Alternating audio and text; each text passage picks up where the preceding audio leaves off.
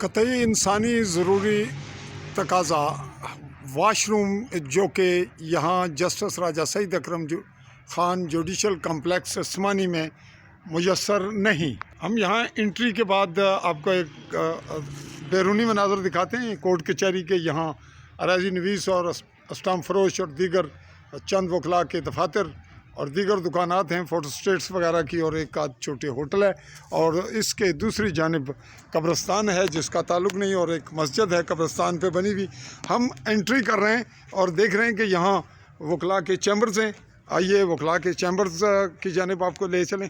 بالکل سامنے judicial complex میں یہاں موجود ہے سب ڈویژن مجسٹریٹ اور سمانی S D M, assistant commissioner, tehsildar, نائب تحصیلدار کا آفس، اور اس جانب ہیں وکلاء کے چیمبرز۔ وکلاء کے چیمبرز کے ساتھ اس گلی میں ان کے ہیں باتھ روم۔ آئیے وہ دیکھتے ہیں۔ یہ وکلاء کی جو چیمبرز ہیں ان کے ساتھ اس جانب اس کی ایڈجسٹمنٹ کی گئی ہے۔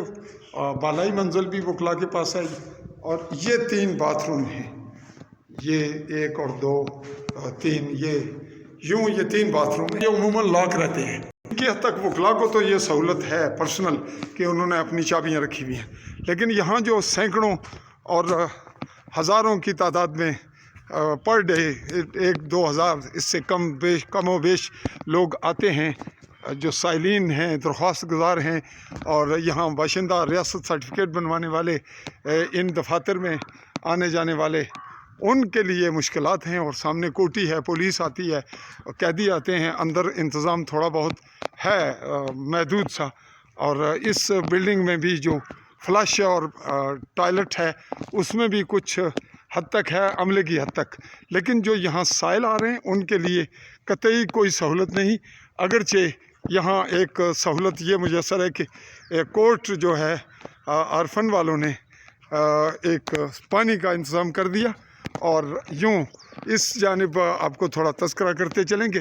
یہاں بھی کچھ وکلاء کے پرائیویٹ دفتر ہیں، چیمبرز ہیں، اور ساتھ دکانات ہیں متعلقہ عدالتی ان کے لیے، اور یہاں اس جوڈیشل کمپلیکس میں آنے والے مقدمے کا سامنا کرنے والے فریقین ان کے لیے فلش کا انتظام نہیں، جس پہ توقع کی جاتی ہے کہ آئندہ وکلاء اور دیگر لوگ، انسانی حقوق کے ادارے، سماجی ادارے اور انتظامیہ دے گی توجہ۔